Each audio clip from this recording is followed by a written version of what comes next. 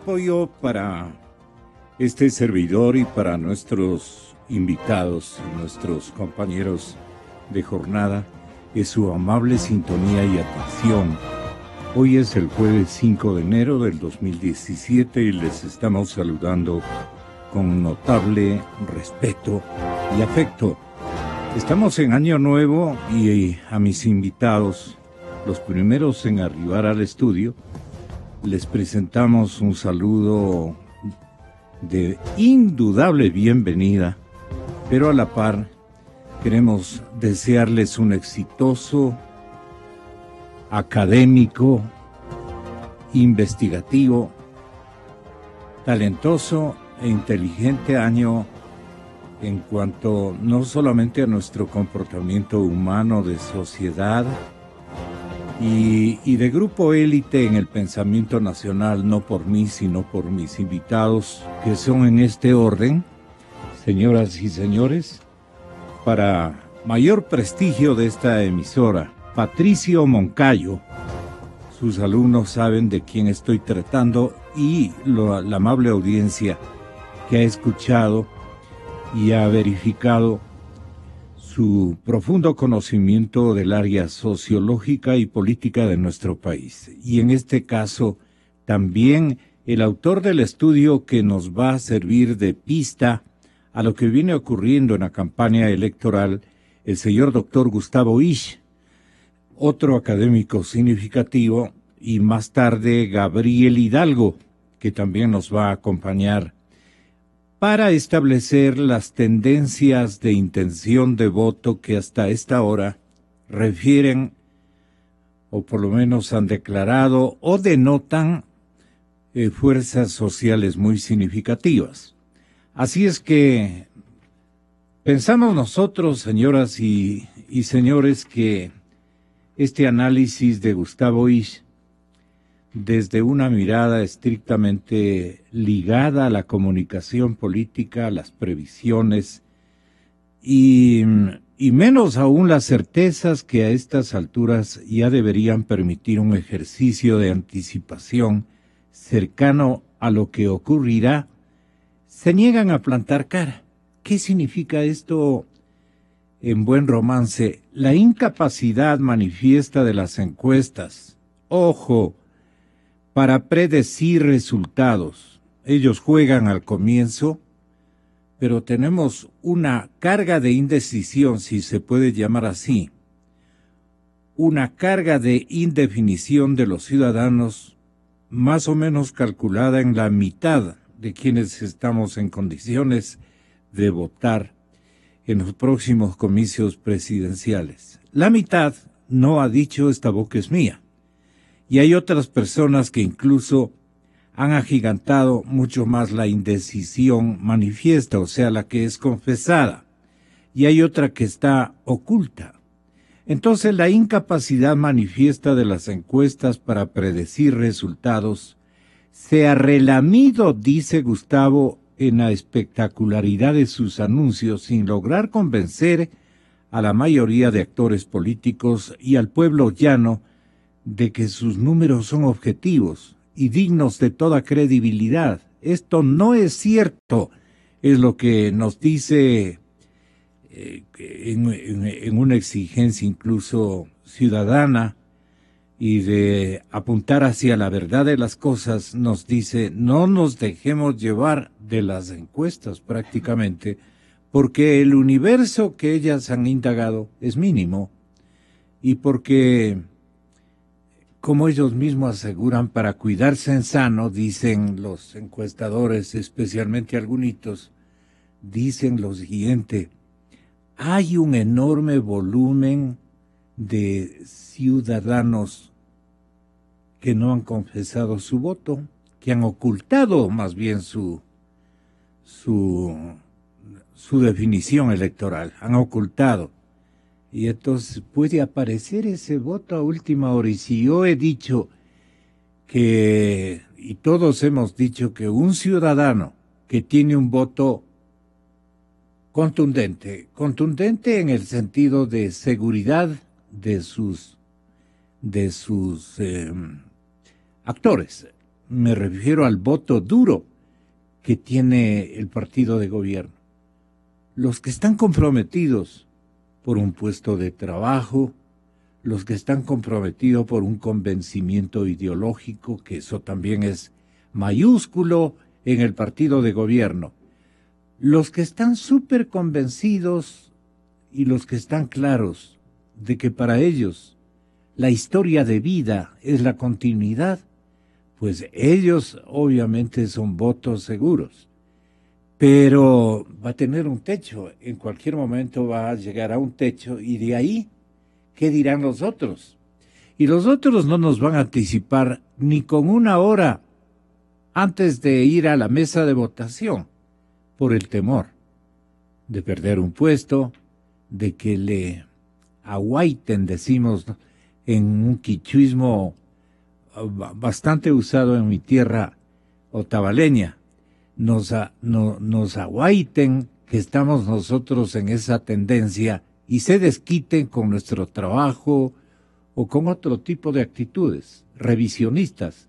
Entonces, cuéntenos, yo por lo menos, Patricio, entiendo así la cosa, pero que Gustavo nos diga qué realmente ha construido como premisa de lo que él llama el títere y el tirano, el perverso destino electoral de febrero del 2017 para el pueblo ecuatoriano. O nos quedamos, dice, con el títere, ¿y quién es el títere? Medio complicado exigirle que nos identifique. ¿Y quién es el tirano? Medio también súper complicado identificarlo. Pero lo importante, ¿cuál es la mirada estrictamente ligada a la comunicación? Gustavo, bienvenido, buenos días. Buenos días, Gonzalo, Patricio, buenos días también a la audiencia. Aprovecho también la oportunidad para desearles un feliz año, el mejor de los éxitos a todo el personal de la emisora y un feliz día también a los colegas periodistas y comunicadores que este día estamos celebrando, ¿verdad? Una fecha muy especial. El artículo al que usted hace referencia, Gonzalo, que fue publicado recientemente en Plan B, básicamente trata de especificar lo que está ocurriendo en la temporada electoral en estos precisos momentos a partir de dos ejes, ¿no? Estamos viviendo lo que se conoce como la estrategia del segundo y la trampa del voto útil. ¿A qué me refiero con esto? Ya han pasado varios meses de precampaña electoral, ya tenemos oficializados los candidatos que están en la contienda, los binomios que están en la contienda, y lo que en los meses anteriores logró posicionarse son dos cosas. Primero, una amplia ventaja que luego ha mostrado una tendencia enorme y permanente a la baja por parte del binomio oficialista, y luego la persistencia de una candidatura que estaría ocupando también permanentemente el segundo lugar en las opciones de voto. A la fecha, cuando ya se oficializan las elecciones, el llamado a las elecciones y la temporada electoral precisamente, lo que se nota ya es una suerte de, más que de datos numéricos que deberían llamarnos la atención a los electores, las tendencias que esos datos fijados por las encuestas están mostrando.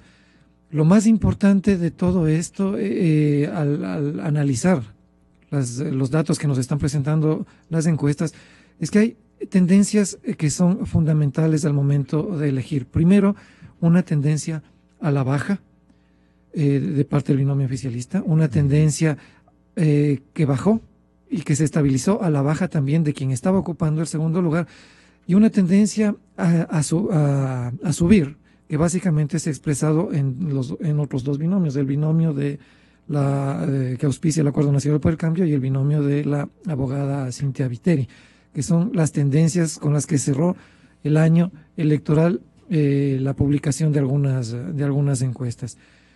Aquí es muy importante que se mantiene también una tendencia de voto útil, de voto indeciso, que, como usted bien dice, Gonzalo, es prácticamente del 50%. La pregunta es, ¿a qué obedece la existencia de un voto indeciso tan alta? Y lo que nosotros sostenemos es que se debe precisamente a que se ha desarrollado una estrategia que ha venido a fortalecer la participación o la presencia de un segundo en relación a todos los otros binomios, y que esto se está convirtiendo en una trampa para los electores en el sentido de que muchos que no quieren votar por el oficialismo han dicho voy a votar por el que vaya segundo. Pero estamos en ese momento desvalorizando el voto del elector, el voto individual. El voto de cada uno vale. Y no hay que caer en la trampa de votar por el que creemos que van segundos según lo que están publicando las encuestas, porque hay presuntos segundos que pierden las elecciones, como han habido muchos primeros que al final han perdido. El mismo Rafael Correa, si nos atenemos a lo que decían las encuestas, no habría sido el presidente electo. Creo que los últimos 5 presidentes de aquí en el país nunca fueron primeros en las encuestas. En las primeras claro, encuestas. Lo que hay que leer no son los números que nos están presentando las encuestas, sino las tendencias. Si hay un binomio que tiene tendencia a crecer o si hay un binomio que tiene tendencia a disminuir su intención de voto, si hay binomios que están estancados y que han llegado a un techo. Y en esa circunstancia establecer si esos techos pueden romperse o definitivamente ciertas candidaturas no van a poder superarlos. Patricio Moncayo, doctor, ¿usted sería tan amable en darnos a conocer su previsión, su opinión, digamos un sondeo imaginario, si cabe el término, a las cosas como están ocurriendo o cómo han venido ocurriendo? La gente está casi convencida y obviamente los de Alianza País están inyectados de un triunfalismo que no tiene mucho sustento que digamos. ¿Por qué? Porque el universo de ellos o el voto de ellos es un voto masivo, pero de carácter duro. O sea, ellos son lo que son, pero son hasta cierto punto. Entonces, esa confesión a las encuestadoras van a tener, y de hecho han obtenido ya en algunas partes, un techo. En la burocracia ecuatoriana, las personas que han denotado o han confesado por quién van a votar, por acá, por favor. Gracias, Gabriel, bienvenido. Estamos recibiendo a Gabriel Hidalgo, otro politólogo muy distinguido. Pero ocurre que eso puede tomar un techo. En cambio, que la mitad de los sufragantes que todavía no declaran abiertamente por quién van a votar, es decir, no han sido protagonistas en las encuestas, ellos, está por verse con por qué ellos lo van a hacer. Pero el techo pertenece en este momento más a los de Alianza País, a sus entornos de adhesión, es decir, léase a sus familiares, a sus gremios, en este caso a sus instituciones de donde provienen, que es generalmente la burocracia. Entonces, esta parte me gustaría entenderla desde su muy inteligente punto de vista. Bienvenido, profesor y maestro universitario. Muchísimas gracias, Gonzalo, deseándole a usted y a la radio y a la audiencia un feliz año y un gusto compartir con Gustavo y Gabriel. A mí me parece interesante en el análisis que ha hecho Gustavo algunos puntos que me parece que se relacionan con la pregunta que Gonzalo me ha hecho. Una primera cosa que me parece relevante es que Gustavo dice que persiste en al menos la mitad de los votantes la sensación o el deseo de que el futuro próximo no se halle definitivamente escrito. Eso me parece bien importante porque las encuestas naturalmente intentan predecir, adivinar el futuro. Y Gustavo está señalando con mucha razón que el futuro no es posible adivinarlo. El futuro se lo construye y se lo construye a través de estrategias. Entonces, a mí me parece que a través de las campañas propiamente dichas, ¿no? Claro, y las estrategias nos muestran que un proceso electoral es un juego interactivo. Es decir, lo que pase con el candidato oficialista o lo que pase con los candidatos de la oposición no obedece solamente a lo que cada uno haga respecto de su campaña, sino obedece a la campaña y estrategia del otro. Es decir, por ejemplo, en el caso del binomio oficialista, si sube o no sube, eso no depende exclusivamente de Moreno ni de Glass, sino de cómo jueguen la partida los otros binomios. Es decir, por ejemplo, si es que los binomios de la oposición son capaces de demostrar que la crisis económica que está viviendo el país obedece a la mala administración, a la ineficiente administración de Rafael Correa. Si es que los binomios de la oposición logran demostrar que la corrupción que ha sido denunciada a través de distintos canales es responsabilidad del gobierno y del presidente Correa, entonces es posible que se revierta esa tendencia a la que se refiere Gustavo.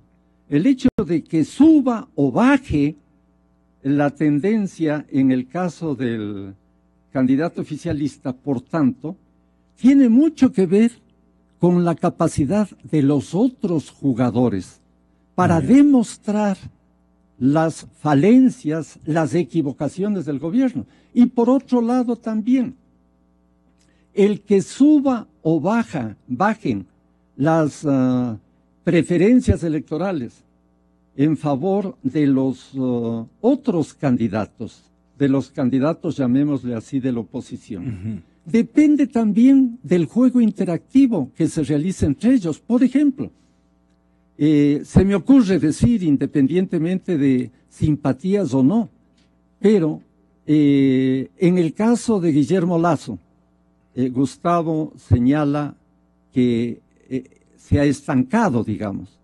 Entonces uno podría decir, bueno, ¿por qué se estancó? Pueden haber juegos en ese sentido.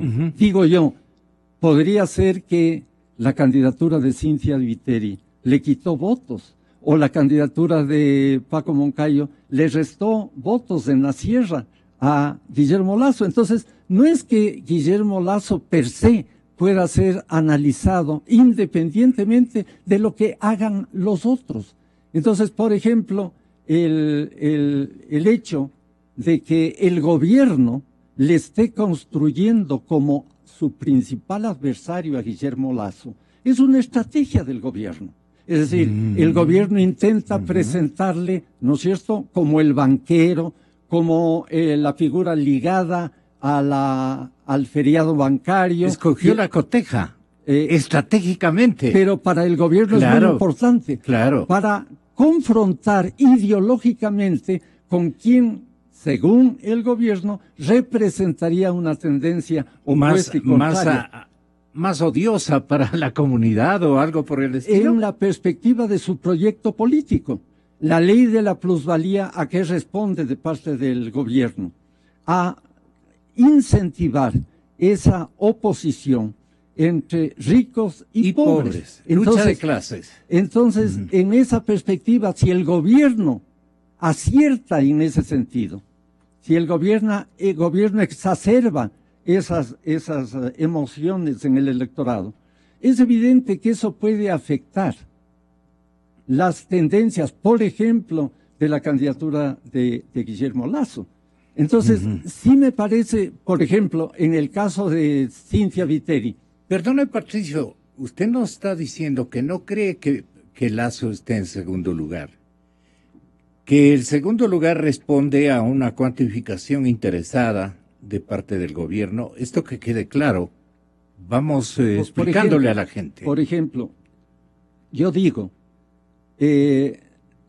Jaime Nebot se planteó de alguna manera una estrategia anti-Lasso, y la candidatura de Cynthia Viteri de alguna manera responde a esa estrategia.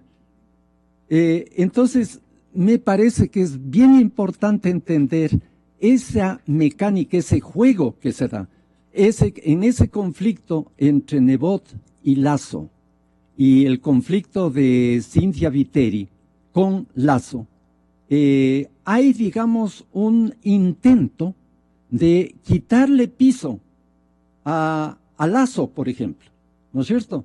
Y entonces uno podría decir, bueno, aquí Nebot y Cynthia Viteri le estarían haciendo el juego al gobierno, porque el gobierno le ha atacado a Lasso como su principal adversario, y ocurre que Nebot y Cynthia Viteri también se lanzan contra Lasso.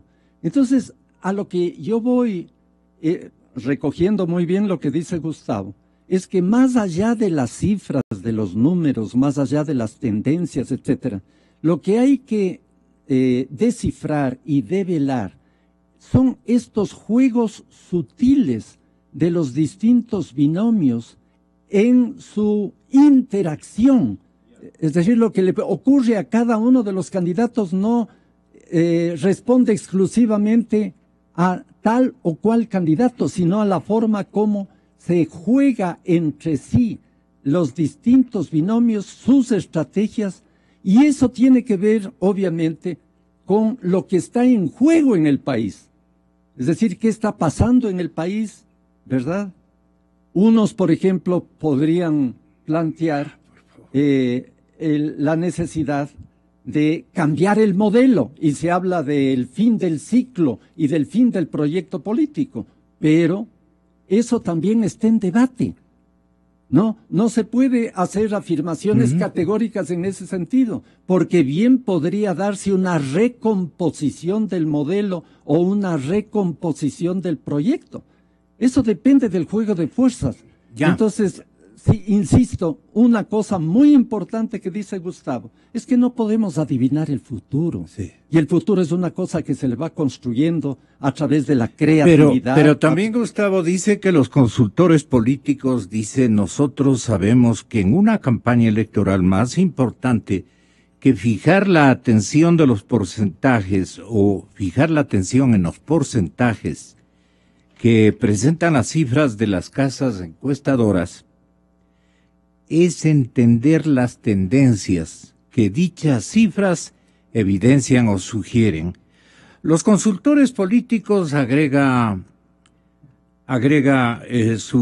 nuestro contertulio, dice, sabemos, Gustavo, sabemos que en una campaña electoral, más importante que fijar la atención en los porcentajes que presentan las cifras de las casas encuestadoras, es entender las tendencias. Si una elección muestra un candidato que baja durante un periodo prolongado, perdiendo paulatina pero constantemente la ventaja inicial en su intención de voto frente a sus inmediatos seguidores, como es el caso del binomio oficialista, ese es el dato que muestra la tendencia que merece atenderse, considerando factores como la distancia que los separa del segundo y tercero, el desgaste potencial que puede sufrir en lo que resta de la campaña o las reservas de recursos, ciertas cartas ocultas y cartuchos que aún conservan o para sortear este periodo. Entonces, las tendencias que están reflejando sería la pregunta para Gustavo antes de dar paso a Gabriel. Queremos saber cuáles son las tendencias que el estudio ha logrado establecer. Básicamente lo que ya había comentado al inicio, en el sentido de que hay de los 4 binomios más opcionados según los datos que han presentado un promedio de 7 encuestadoras en los últimos meses, hay 2 binomios que tienen tendencia a crecer. Uno de ellos tiene techos que no sabemos si lograrán romperse. Me refiero concretamente a los techos que puede encontrar en su campaña el binomio de Cynthia Viteri y Mauricio Pozo. Hay un binomio que no tiene... ¿Es más susceptible de techo? Sí. Por ejemplo, el tema que le puede afectar, y seguramente ya se está evidenciando en estos momentos, la relación de Guayas, la relación de Guayaquil con las otras provincias de la costa. O sea, el voto manabita, el voto del esmeraldeño, no necesariamente va a ser un voto por las candidaturas del Partido Social Cristiano que emergen con fuerza siempre desde Guayaquil, porque la relación de bicentralismo históricamente presente en el país ha afectado económicamente, políticamente a otras provincias de la costa en función del fortalecimiento del Guayas. Eso es una verdad que está demostrada. Entonces, la reacción de los electores en Manabí, en Esmeraldas, en algunos otros espacios de la costa le podría afectar. Otro tema, por ejemplo, es Quito, Pichincha concretamente. Cintia es una candidata sumamente carismática. Su binomio, Mauricio Pozo, tuvo una gestión económica muy importante. Es una persona que conoce y maneja exitosamente temas de economía. Pero a diferencia de lo que creen algunos otros consultores, nosotros consideramos que la historia sí pesa, que la historia en algunos momentos y en momentos electorales y en algunos enclaves electorales sí pesa. Y el Partido Social Cristiano tiene una historia en Quito y en Pichincha, que es una historia quizás no recordada y conocida por los electores de la actualidad, pero sí es recordada y conocida por electores que tenemos memoria histórica, ¿verdad? Y que recordamos que cuando el Partido Social Cristiano ejerció el gobierno, cometió una serie de excesos que son incluso muy similares a los excesos que ahora se le acusan al binomio, a la década perdida, al presidente Correa, al gobierno de Alianza País. Es un binomio, es un gobierno que se enfrentó con las fuerzas militares, es un binomio que metió la mano en la justicia, perdón, no un binomio, un gobierno, el gobierno social cristiano que metió las manos en la justicia, rodeó con tanques la Corte de Justicia, el Congreso.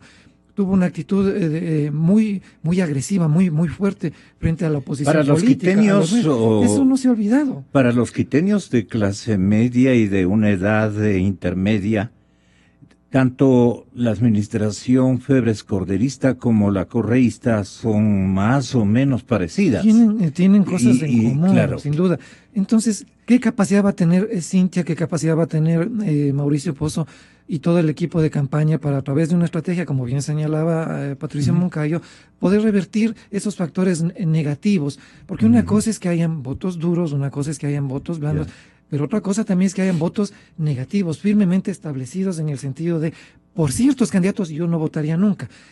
Cuando yo me refería que, por ejemplo, el candidato del Acuerdo Nacional por el Cambio no tiene los techos que tienen otras candidaturas, estoy hablando de esto precisamente. En las investigaciones lo que resalta muchísimas veces, y eso curiosamente no se ha publicado todavía, veamos si se empieza a publicar a partir de este diálogo, ¿cuál es el porcentaje de gente que dice, por estos candidatos yo jamás daría mi voto? Y lo que nosotros hemos visto es que... Esa pregunta no lo han formulado las casas no sé si se deba encuestadoras. a que, a menos que la información y los promedios que nosotros hemos establecido estén equivocados, Paco Moncayo es de los candidatos que tiene menor resistencia, en el sentido de que hay muchísimo menos porcentaje de gente que dice yo jamás votaría por Paco Moncayo. En cambio, la gente que dice yo jamás votaría por Lenín Moreno, jamás votaría por Guillermo Lasso, jamás votaría por un social cristiano, es muchísimo mayor. Ese tipo de situaciones no se han evidenciado todavía, como bien dice Patricio, van a ir variando en función de lo que cada una de las listas y de los binomios haga para incidir en el cambio de esas tendencias y poder posicionarse. Yo insisto en lo que dije al inicio. Me parece que el tema del voto útil es una trampa y que es una estrategia que está jugando en favor de un segundo que supuestamente tiene las posibilidades de ganar. Yo considero, nuevamente lo reitero, que hay presuntos segundos que muchas veces han perdido las elecciones, tanto que hay muchos primeros que cuando tenían toda la seguridad, entre comillas, de ganar, no lo pudieron lograr. Ok. Doctor Gabriel Hidalgo, ya hemos analizado en cuanto a ciudadanía o electores de mediana edad y también de los primos hermanos míos. Ahora corresponde que los nuevos votantes, ese universo gigantesco de jóvenes ecuatorianos que se van a integrar a la lida electoral con su voto, no solamente los que van a cumplir 18 años ni cosa por el estilo, me atrevo a pensar de edad para votar hasta los 45, tal vez 50 años, según sus estudios, ¿qué han resuelto? ¿Qué tienen previsto? ¿Cuál es la parte donde no funciona todavía el consenso? o una tendencia más clara? ¿Están desperdigados o silenciosos este universo de ecuatorianos muy importantes y seguramente los que van a definir el comicio de este año y del, perdón, ya tenemos que decir de este año? Tenga la bondad, Gabriel, bienvenido. Feliz año, ¿ah? Feliz año igualmente, buenos días Gonzalo, buenos días a Gustavo, a Patricio, es un placer estar compartiendo esta mesa de trabajo con ustedes. Un saludo a los amigos que nos escuchan y que nos ven en sus casas, en sus lugares de trabajo, en sus vehículos, y un feliz año quiero desearles a todos aquí en la radio y a quienes están gracias, sintonizando. Hay algunas cosas que a mí me gustaría colocar antes de, digamos, aterrizar en lo que usted me preguntó y qué es lo que se ha venido conversando. Lo primero es que yo he venido sosteniendo que se puede producir de la misma forma que se produjo en el caso de Barrera, se puede producir en el caso de Moreno, algo que podría denominarse como efecto Moreno. Usted tuvo la gentileza de reproducir una columna de opinión mía, la voy a resumir en lo siguiente. He venido sosteniendo que el voto cuantitativo de Moreno seguramente se mantiene. Lo que ha incrementado lo que ha decrecido, lo que ha disminuido es el número de indecisos, con lo cual también cae en términos porcentuales la aceptación en las encuestas que recibe Moreno. Y aquí queda también algunas dudas con respecto a lo que decía Gustavo sobre el voto negativo, sobre quienes no votarían por Moreno, tal vez ese número de decididos, porque acercándose a la fecha de las elecciones, la teoría dice que más o menos se mantiene alrededor de un 30% de indecisos, todavía, acercándose a la fecha de las elecciones. Con lo cual, si este número empieza a caer del 50 al 40 y al 30%, diría que el techo que reflejan las encuestas, digamos, lo que tiene Moreno a su favor en términos electorales podría ser su techo electoral, que es lo que le sucedió a Barrera. A Barrera le pronosticaron un 40% de intención del voto y en términos electorales obtuvo el 39%. Las encuestas no se equivocaron. Lo segundo que quiero hacer notar es que tal vez todo esto... Y perdió, claro. Y perdió porque hubo un gran voto, no a favor del actual alcalde Rodas, yo diría esto como una hipótesis, sino un voto en contra de Barrera y del candidato del correísmo. No era tan popular tal vez Rodas, pero sí era el segundo mejor opcionado. Ahora podríamos tener un segundo mejor opcionado que todavía se podría decantar en las próximas semanas. Sí. Lo segundo que quería colocar es algo que dijo Patricio. Perdone, pero es que aquí es bueno poner parangones. El señor presidente fue indiciado como el causante de la derrota de Barrera. El señor ex vicepresidente Moreno también no puede, digamos, con las cosas que ya nos ha dejado entrever el señor presidente de la República, ser objeto de una mala práctica de su principal adherente, que por interés de su futuro político, por interés de su partido, por el propio ego del señor Correa, que ya lo hizo ver con Barrera. Lo subió a la volqueta, pero hasta ahí nomás. Y entonces, los mexicanos tienen una expresión que no la quiero repetir porque puede sonar a muy grotesca, pero el nuestro es no me defiendas, compadre, ¿no? Que podría también estar interviniendo con Lenín Moreno. Entonces, ¿qué garantía tiene este momento Lenín Moreno? ¿O terminará, como dijo algún politólogo, terminará traicionando a Correa, el señor Moreno, ya casi en la campaña electoral, en las finales de campaña, pero con el objeto de ganar las elecciones? Y traicionar sería, bueno, pues no pensar igual, no decir las cosas igual y decirle no, el que va a gobernar soy yo. Ya lo dijo.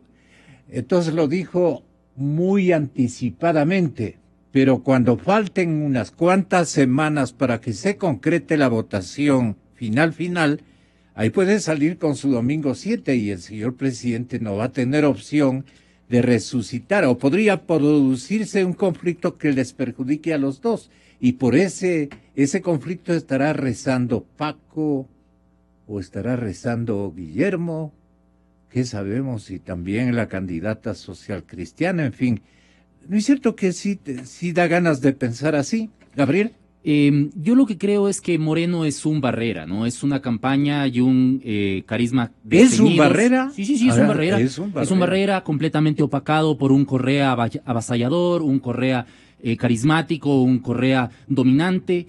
Y está, al igual que Barrera en su momento, Moreno está escondido detrás de la sombra de Correa. Además que yo he venido sosteniendo que para que él pueda repuntar y ganar un poco más de espacio en el espacio de los indecisos, en el electorado indeciso, tiene que cometer un parricidio político, es decir, negar todos sus antecedentes políticos, traicionarlos y levantar en esos términos la campaña. Es suficiente con verlo en sus intervenciones públicas, mirando al suelo, todo tímido, hablando despacio, digamos, en un estilo completamente al que no estamos acostumbrados los electores. Yo sostengo que Moreno es este momento un Barrera, y que tal y como van las cosas, lo que está haciendo es cavar su propia tumba por no declarar su autonomía frente a un modelo personalista y dominante que es el del presidente. O sea, ¿Barrera podría ser un buen asesor de Moreno en este momento? Barrera sería un buen asesor para perder. Allá para perder. Sí, no, para perder. Y yo decía en términos de reflexión, mira, a mí me fue mal porque no reaccioné a tiempo. ¿Cuándo podía haberse atrevido Barrera a refutarle cualquier dicho o pronunciamiento o pensamiento del presidente Correa? Moreno sí lo puede hacer y de hecho ya lo ha hecho. Entonces, ¿o usted cree, Gabriel, que el asunto es complicado para el señor Moreno? Yo pienso que es su drama, es lo más grave que tiene entre manos por resolver. Yo pienso que los estrategas del correísmo lo tienen claro. Saben que Moreno en este momento no puede convertirse en un Correa en términos de carisma, entonces lo que hacen es atacar al principal adversario en el mismo segmento, intentando que parte del electorado que todavía es blando dentro del propio correísmo no salga disparado. Toda la campaña negativa en contra de Lasso es una campaña negativa no dirigida al electorado indeciso, sino al electorado que puede decidirse, que puede decantarse dentro del correísmo por otra opción.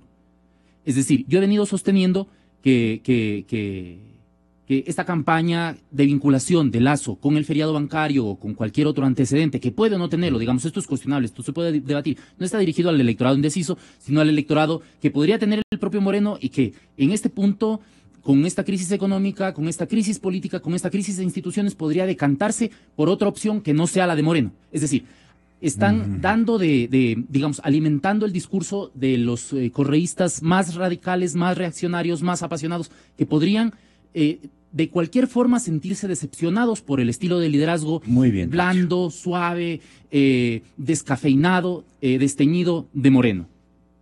Algo más quería también agregar, y es que, y quería sobre el asunto que mencionaba Gustavo, y es que yo pienso que Viteri ha crecido, tal vez, y agrego a lo que decía Patricio, tal vez no ha crecido, la tendencia es que crezca no por sus propios méritos, sino porque estamos en un tablero de ajedrez. La estrategia de la política, de la comunicación, de la democracia, de las elecciones, es como un tablero de ajedrez, es decir, hay un número predeterminado de electores, hay más o menos se puede establecer qué tipos de electores hay, igual que en un tablero de ajedrez, cuáles son las fichas dentro del tablero de ajedrez y cuáles de estas fichas tienen ciertos comportamientos y están sometidos a ciertas reglas. Entonces, si es que Lasso empieza a ser atacado, ¿no? Y estos ataques producen ciertos efectos. Si Moreno no logra repuntar y se estanca, y ambos se estancan porque ambos están estancados, entonces existe la posibilidad de que algunos de los candidatos con mejores opciones crezcan, en este caso Viteri. Es decir, tal vez ella no está creciendo por sus propios méritos, sino por el ataque entre adversarios, con lo cual esto podría servir de hipótesis para mencionar que Viteri seguramente ha crecido en ese segmento en el que usted me preguntaba al principio, que es el con el que quiero terminar. Hay dos cosas que a mí me parecen fundamentales en este punto de la campaña. ¿Cuál de los 4 aspirantes mejor posicionados en las encuestas propone una narrativa de carisma y de heroísmo. Es una deuda que nos tienen los candidatos, porque ninguno ofrece una narrativa de emociones. Yo leía un trabajo de Gustavo recientemente acerca del trabajo de las emociones en las campañas. Es fundamental que los candidatos en este momento puedan plantearse no solamente en términos políticos. Emoción, en ilusión, exactamente. son y ese es el electorado. Candidatos que parecen helados de paila, ¿no? Sí. Y esa es la estrategia que tiene que dirigirse precisamente a ese electorado joven, atravesado por las redes sociales, por las nuevas tecnologías de la comunicación, que están buscando permanentemente sentirse identificados con algo en donde puedan depositar sus aspiraciones, pero en donde también puedan sentirse identificados en términos estéticos, no solamente discursivos. Ok. Señor doctor Patricio Moncayo, ahora yo le pregunto de frente, ¿al señor presidente le interesa que gane el señor Moreno? ¿O porque él quiere volver? Y volver, se lo canta siempre con orquesta predispuesta a ese retorno, ¿no es cierto? Y la letra de la canción tiene que estar en conocimiento incluso público. A él le interesa de alguna manera que, perdón por decirlo en estos términos, en el fondo de su alma, al señor presidente le interesa que no pase su partido, su movimiento, el terrible drama de comprobar por propia mano las cosas malas que se construyeron en su administración y que no tenga capacidad de una aireación, de una oxigenación, de decir, incluso en mi tiempo no habían estas cosas, discurso lógico y fácil que necesita Correa para volver. Pero si él ya no piensa volver nunca más, obviamente le va a meter toda la energía, todas las herramientas defensivas y de ataque para efectos de que gane la contienda y por el lado de la fiscalización sanee el señor Moreno. Obviamente desde el poder, pues no.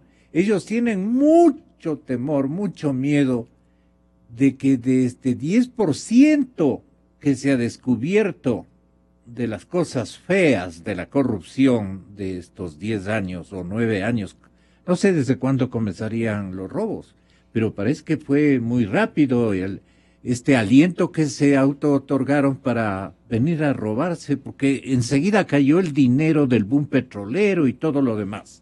Recuerde un poquito la ciudadanía y los votantes que así ocurrió, no me lo estoy inventando, ni me interesa.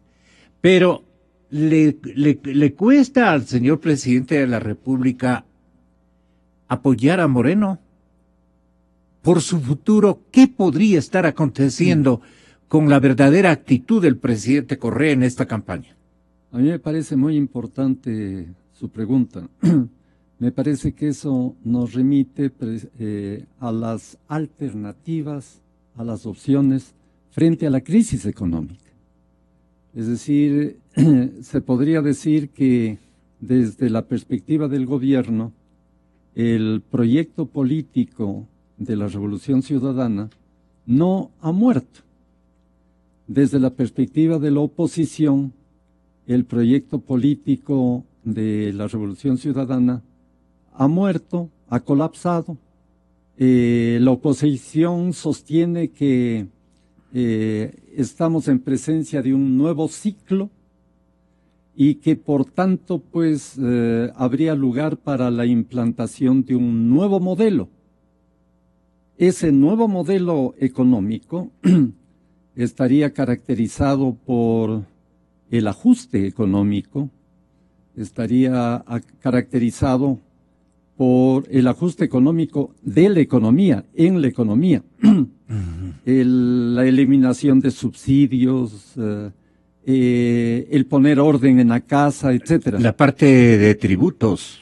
la parte de tributos, etcétera. Ahí, por ejemplo, surge un debate que es interesante para efectos del análisis. Por ejemplo, cuando Guillermo Lasso habla de la eliminación de los impuestos y enumera los impuestos que deberían eliminarse, Lenín Moreno, ¿qué le dice?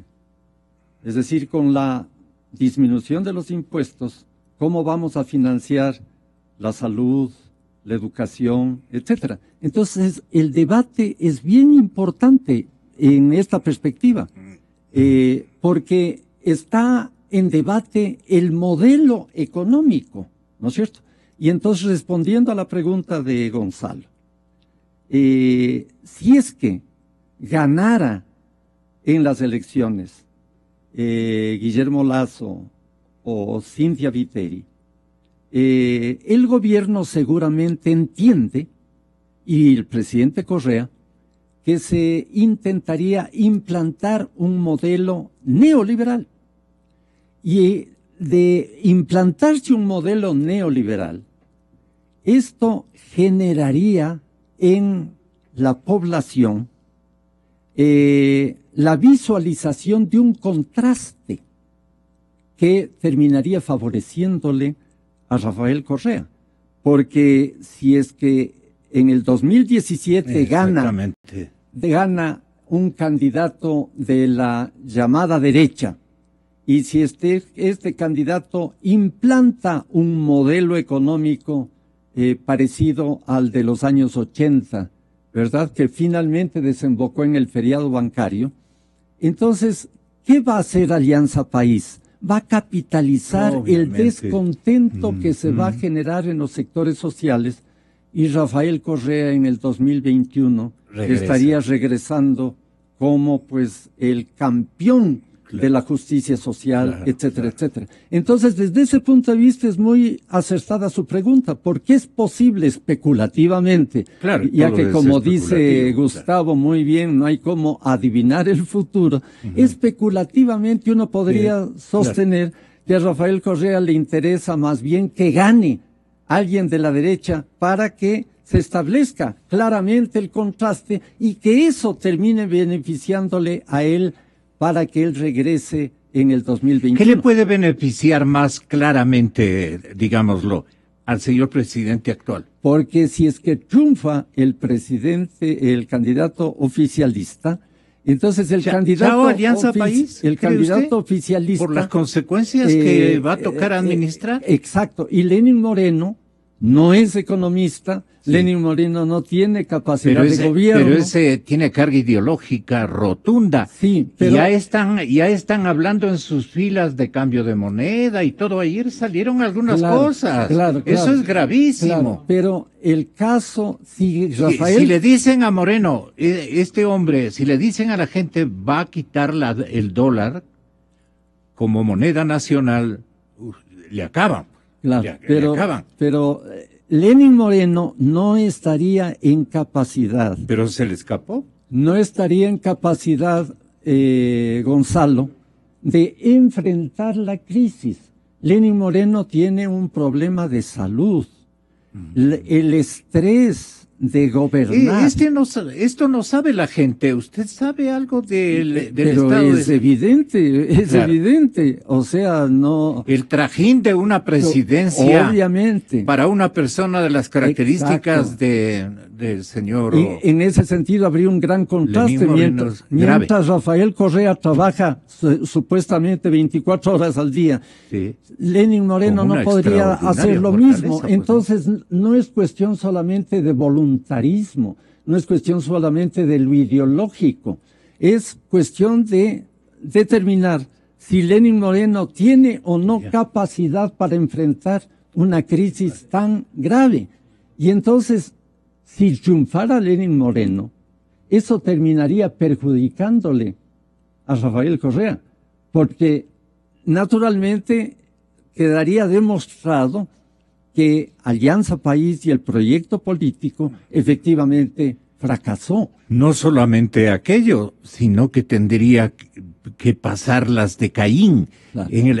por todas las cosas mal Gonzalo, administradas justamente en este periodo tan largo, ¿no? Claro. Ahora, frente a esta disyuntiva de una alternativa neoliberal y de una alternativa, digamos así, oficialista o continuista, viene muy bien lo planteado por Gustavo Isch, en el sentido de que la población podría estar esperando o adhiriendo a una alternativa, es decir, un binomio que no represente ni necesariamente el oficialismo, ni necesariamente el neoliberalismo. Y en esa perspectiva sí me parece Paco Moncayo, que la candidatura de Paco Moncayo, claro, apoyado por la izquierda democrática, por el Acuerdo Nacional para el Cambio, se puede levantar con la victoria. Encarnan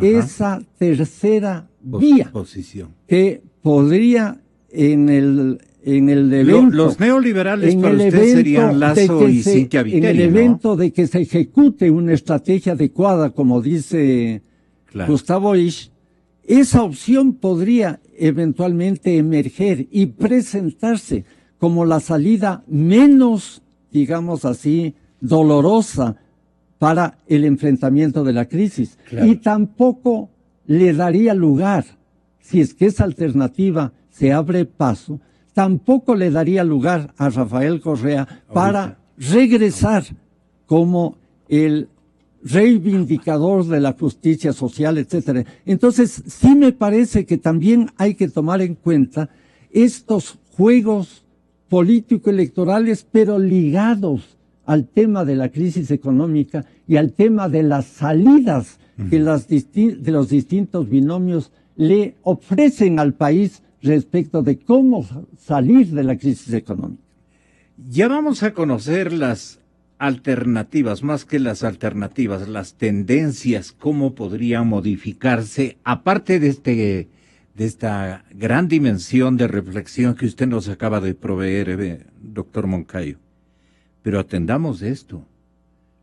¿Qué está pasando por la imaginación de Lenín Moreno sobre la moneda, sobre el dólar, señoras y señores?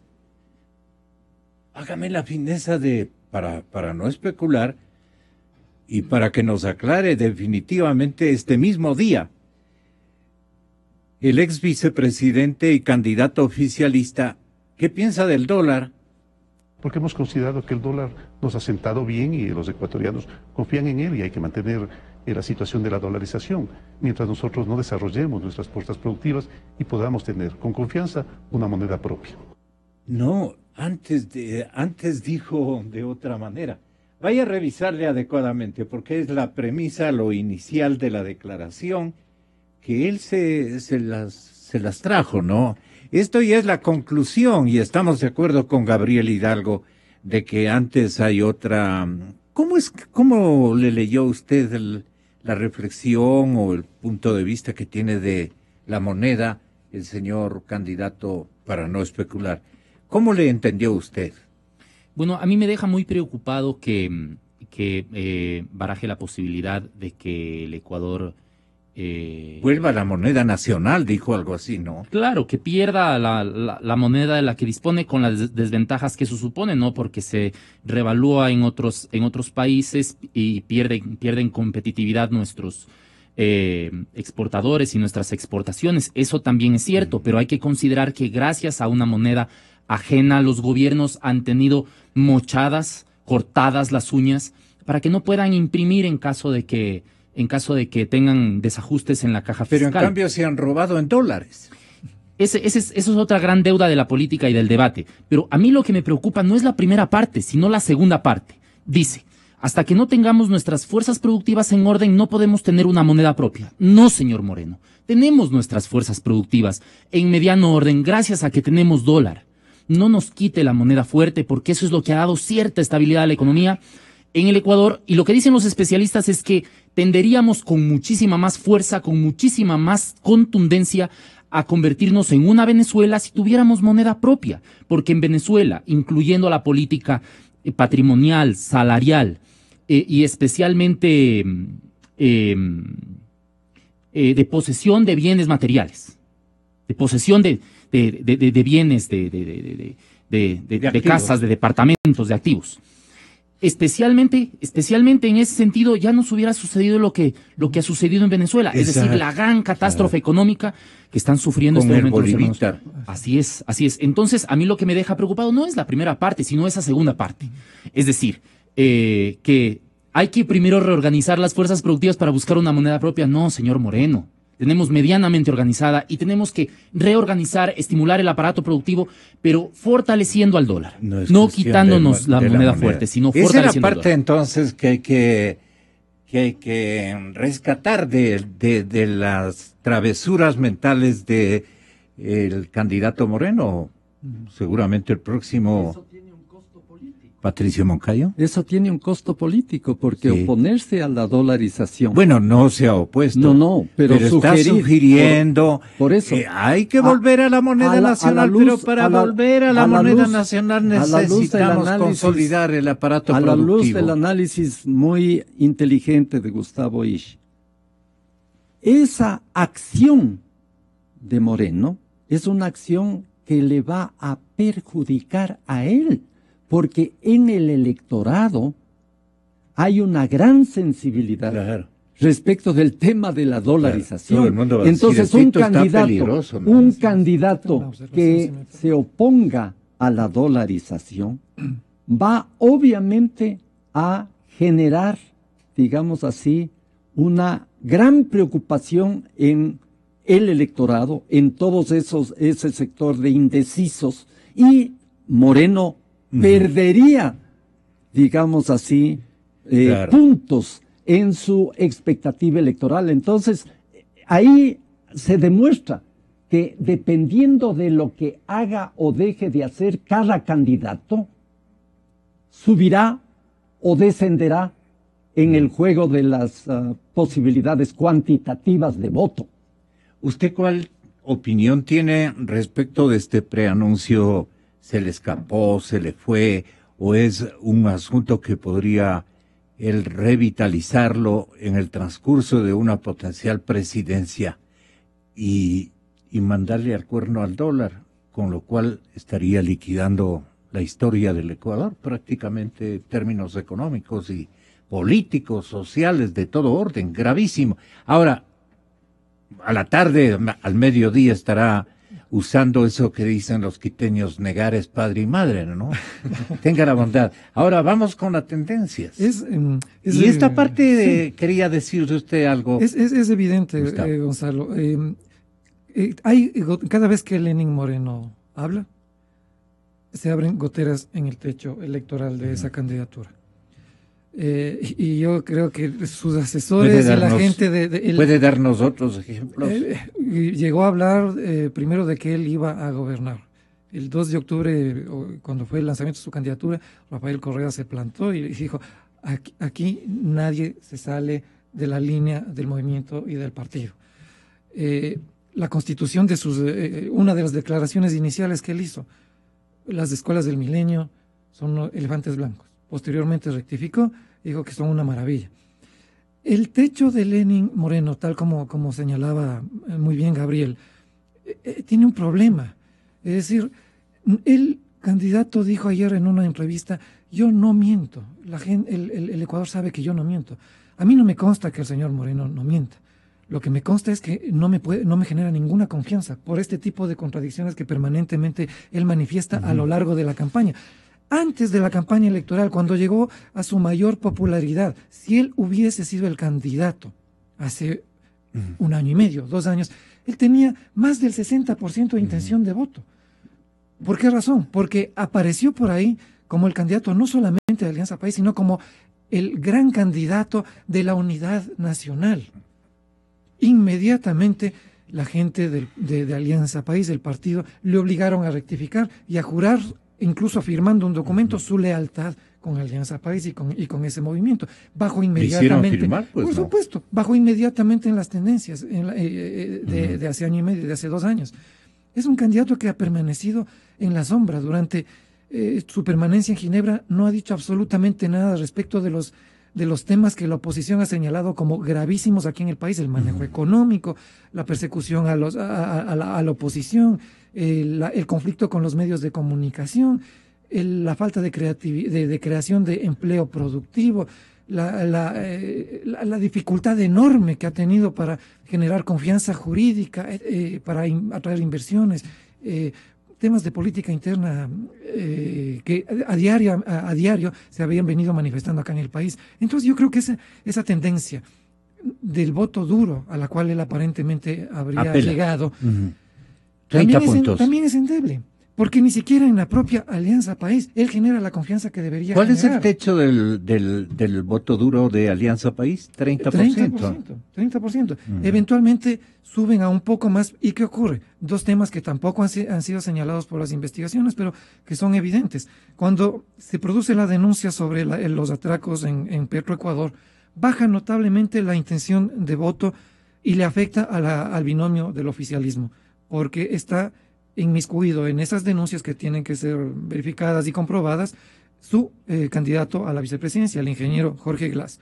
Cuando se presenta el proyecto de la ley de plusvalía, le afecta directamente al binomio oficialista.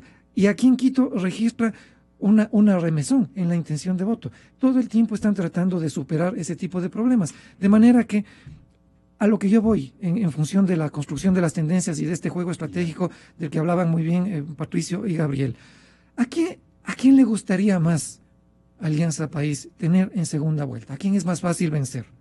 ¿A Paco Moncayo? Lo dudo mucho. ¿A quién es más fácil enfrentarse en segunda vuelta? ¿A Guillermo Lasso o a Cintia Viteri? Con todo lo que ustedes acaban de señalar, es decir, ¿quiénes encarnan esta retórica bien posicionada de parte del oficialismo con la campaña de comunicación permanente al neoliberalismo, a la crisis bancaria, a la vuelta al pasado? ¿Paco Moncayo, Cintia Viteri o Guillermo Lasso? ¿A quién le gustaría tener en segunda vuelta para derrotarlo más fácilmente el binomio oficialista? A mí me parece que por ahí también se está manejando mucho la construcción de la narrativa electoral, pero sin duda en las semanas que restan para las elecciones pueden ocurrir muchísimas cosas y van a seguir ocurriendo.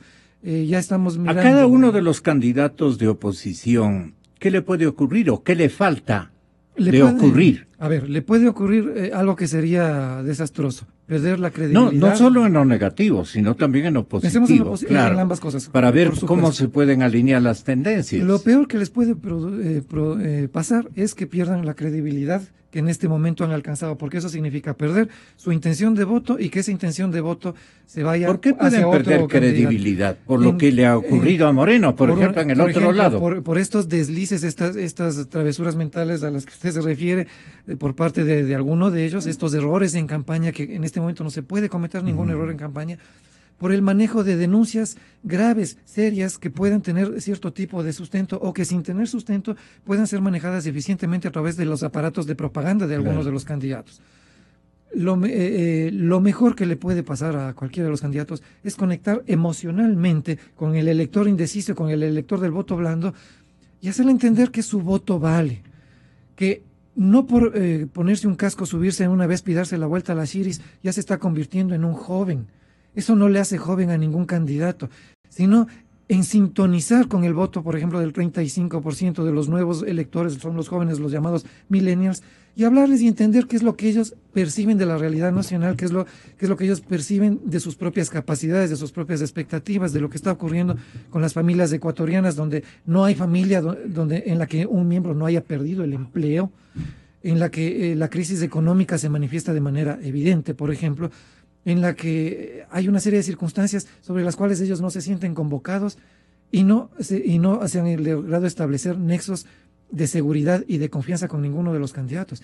Creo que hay candidatos que están más enfocados en este tema, que pueden tener mejores resultados, pero sin ninguna duda, ya no se trata solo de ofrecer, como ya estamos mirando, a veces hasta demagógicamente, una serie de ofertas de campaña que no sabemos cómo se van a financiar y si finalmente van a poder concretarse. Muchísimos van a coincidir en las ofertas, porque es evidente. ¿Qué es lo que necesitamos los ecuatorianos? Estabilidad económica, necesitamos un empleo seguro, necesitamos que nuestras familias no se acuesten con miedo y con incertidumbre hacia lo que va a venir. lo que necesitan esos candidatos es convencerme de que uno de ellos sí puede cumplir con las promesas que están ofreciendo, que sí hay un candidato, ¿verdad?, que genere credibilidad en función de experiencia, en función de capacidad de diálogo y consenso, en función de honestidad. Por eso decía yo, si a alguno le salta una denuncia, incluso que sea difícilmente comprobada, pero ya sea obra de la maledicencia de alguna otra lista opositora, eso podría afectar a una intención de voto, porque antes teníamos al problema de la corrupción ocupando el 6º lugar en la preocupación de los electores. Ahora ese es uno de los 2 o 3 primeros problemas de preocupación en los electores. Tener una hoja de vida intachable, honesta, con experiencia y que tenga la capacidad de negociar para terminar con esta década de insultos, de agresiones, de persecuciones, es lo que a mí me va a dar tranquilidad. Y probablemente si yo me encuentro en el sector de los indecisos voy a decir, mi voto vale.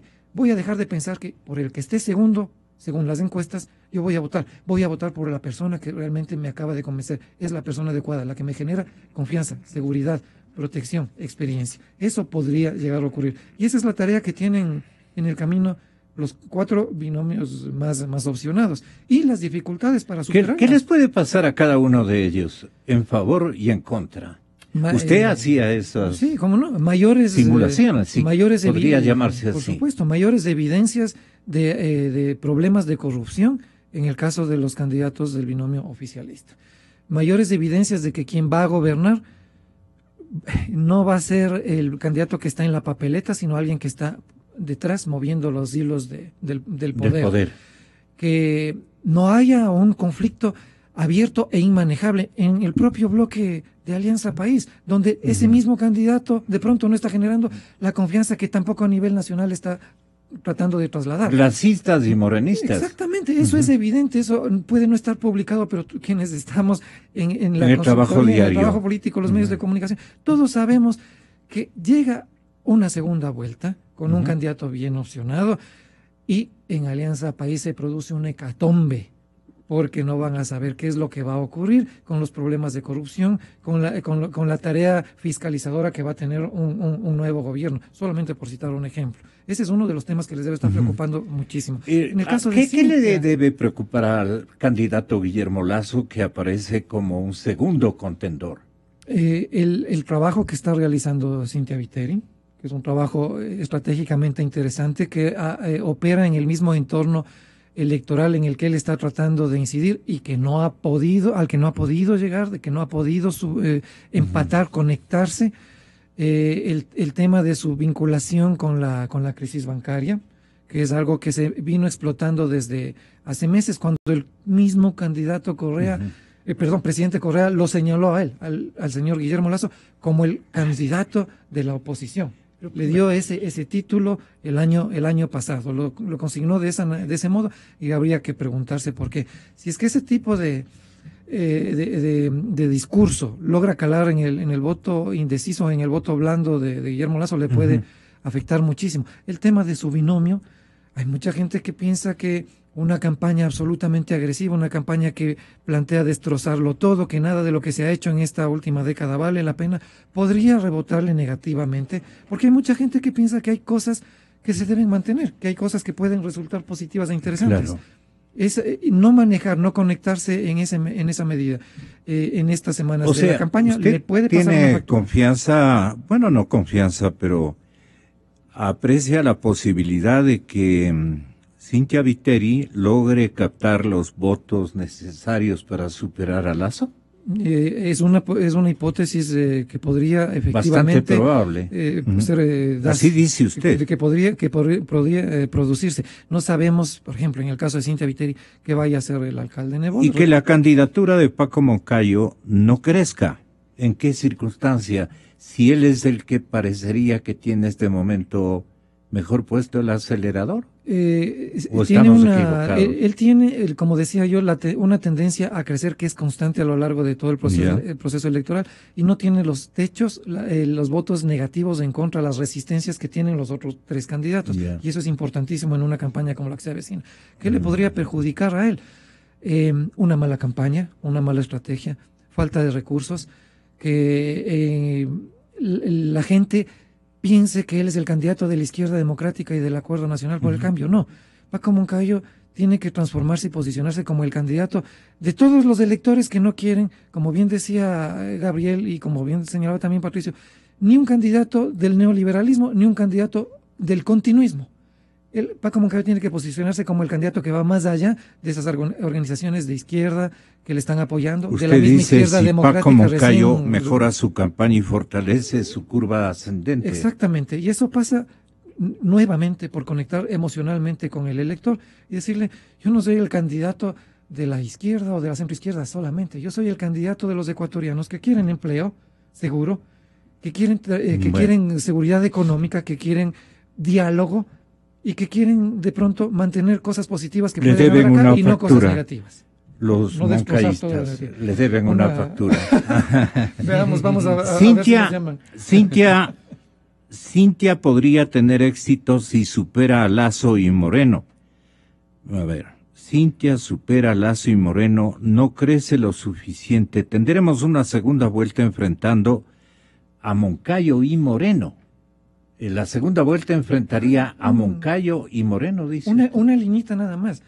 Si nos atenemos a lo que dicen las tendencias, al juego estratégico en el tablero de ajedrez, y no quiero olvidarme esto, a menos que el Consejo Nacional Electoral no diga lo contrario, una hipótesis que podría producirse si hubiera absoluta legalidad, imparcialidad, si hubiera una lógica en la circunstancia que están señalando las tendencias, no es descabellado pensar que una segunda vuelta podría producirse efectivamente entre Moncayo y Viteri. Si Moncayo mejora su campaña y fortalece su curva ascendente, Cintia supera a Lasso y Moreno no crece lo suficiente, tendremos una segunda vuelta enfrentando a Moncayo con Moreno. Es otro escenario. Para eso deben pasar algunas cosas, que Paco Moncayo logre configurarse como la opción de todo el país y no solamente como el candidato del Acuerdo Nacional por el Cambio. También sería importante que los intereses particularísimos de la resucitada izquierda democrática cedan a favor del interés nacional y, cumpliendo su rol de Lázaro, se levanten y caminen decididamente a favor del héroe del CENEPA. Se lo deben decir que se despierte el doctor Borja, dice tal vez. No. Para nada. Mejorar su discurso y su comunicación, es decir, saber qué decir, cómo decirlo y decirlo utilizando los recursos de la comunicación política. Cintia Viteri está obligada a superar a Lasso y ello no es tan difícil como parece. Su debilidad radica en la resistencia a los intereses que ella representa desde Guayaquil. O sea, es el apato del social cristianismo de la época de Febres.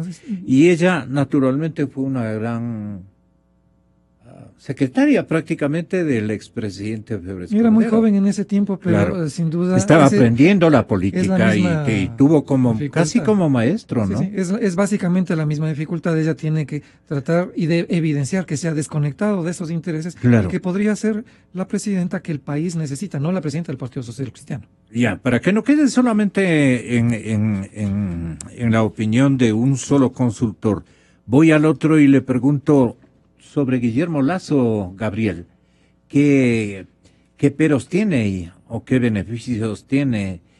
Porque se lo ve como titán en el ring, ¿no? Bastante sólido entre él, pero la realidad, ¿qué piensa usted de nota?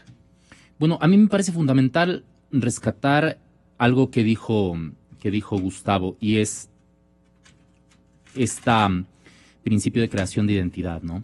A mí me parece que todos los candidatos, incluyendo al candidato Lasso, le deben al electorado pues crear sostenidamente un vínculo de identidad, tender un puente de identidad entre el candidato, su propuesta de campaña y los electores. Estamos pensando todo el tiempo en términos de candidatos, pero no estamos pensando en términos de electores. Es decir, cómo se distribuyen las expectativas, las demandas y las ideologías en un contexto más ciudadano, más electoral, más individual. ¿Qué significa esto para que quede claro? Que hay que preguntarnos por qué Lasso no ha crecido y si ha estado en campaña permanente en los últimos años, ¿Por qué no ha logrado posicionarse, incrementar su intención del voto? Pero no es una especie de prejuicio o de posición interesada decirle que Lasso tiene de compañero un techo de acero. No sé si tenga un techo de acero. A mí me parece que está jugando en contra de sus aspiraciones o de ¿Es la su intención de voto que puede tener. actitud? ¿Qué le falla a Guillermo Lasso? Pues a mí me parece que tiene que crear en su entorno una narrativa con mayor politicidad.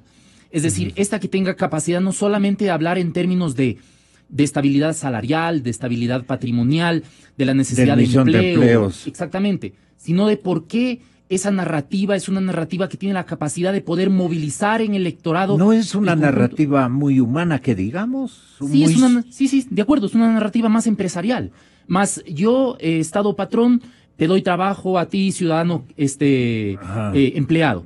Y eso en la política. Yo que soy banquero sé de estas dificultades. Y eso tiene limitaciones. Yo te voy a ayudar. Eso tiene muchísimas limitaciones. A mí me parece que eso. ¿Cuáles son las limitaciones de esa narrativa, de ese discurso? Bueno, una campaña es, para que me entiendan nuestros amigos que nos escuchan y nos ven, es más o menos como un torneo de credibilidad.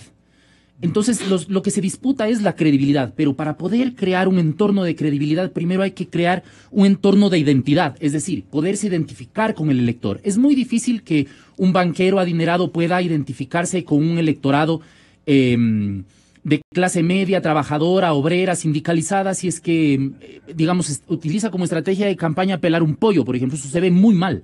Ayer en las redes sociales circulaba una foto donde el aspirante Lasso se lo ve pelando un pollo. Esto se ve muy mal. O sea, no hay forma de poder crear sentido de identidad con actitudes pelando que yo considero impostadas. Claro. Y luego viene el crédito. Es difícil creer en alguien en quien uno no se siente identificado. Sí. Y esto lo digo por todos los candidatos. Si los candidatos quieren tender un puente e identificarse con sus electores, nuevamente pensando en términos de electores, no en términos de candidatos, va a ser muy difícil que esos electores, sin tender un puente, crean en ellos, si es que no pueden primero establecer el sentido de identidad, es decir, cómo se parece el elector a la persona, es decir, al candidato o al partido por quien confiaría en términos electorales y en términos de voto.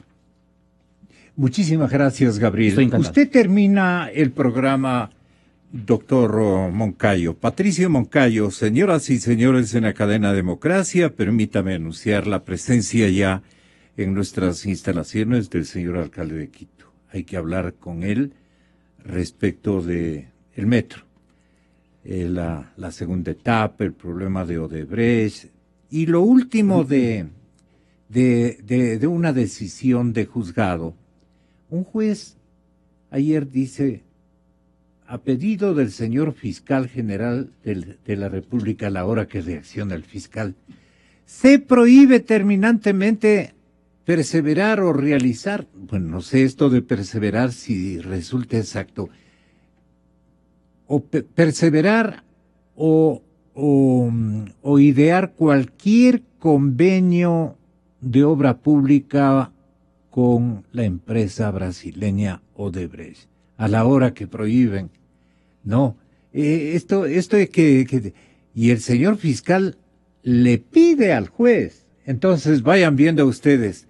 Todo esto, ¿usted cree que va a incidir en la campaña electoral a propósito? Sin duda. Es decir, ahí yo creo que depende de cómo la oposición juegue y capitalice el hecho de que alrededor de Odebrecht y alrededor de Petroecuador, etcétera, está indudablemente inmerso el gobierno y posiblemente el candidato a la vicepresidencia del binomio oficialista.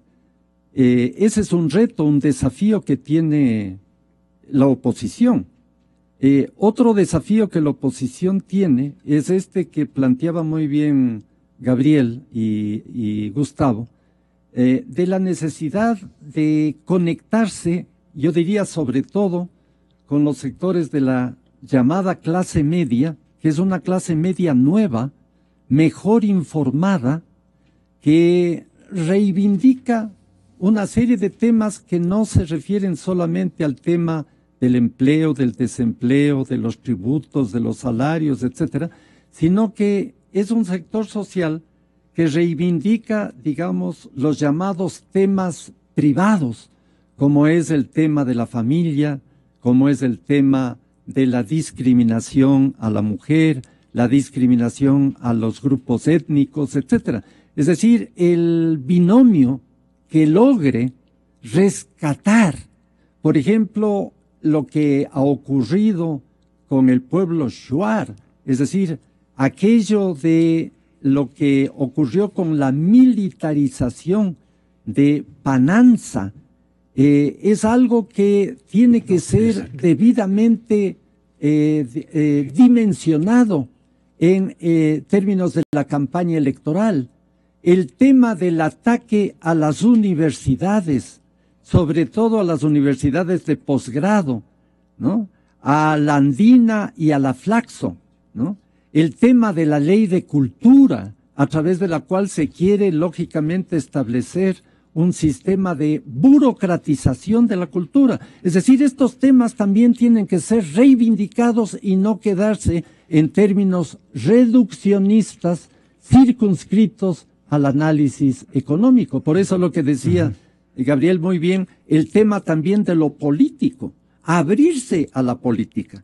Quizás Guillermo Lasso intentó hacerlo justamente con el binomio Andrés Páez, porque Andrés Páez no necesariamente está conectado con el mundo empresarial, etcétera, sino que más bien está conectado con, digamos, el movimiento de los shiris, el movimiento ciudadano que emergió. Entonces, podría ser que también en el caso de Guillermo Lasso haya comenzado a penetrar la idea de que no...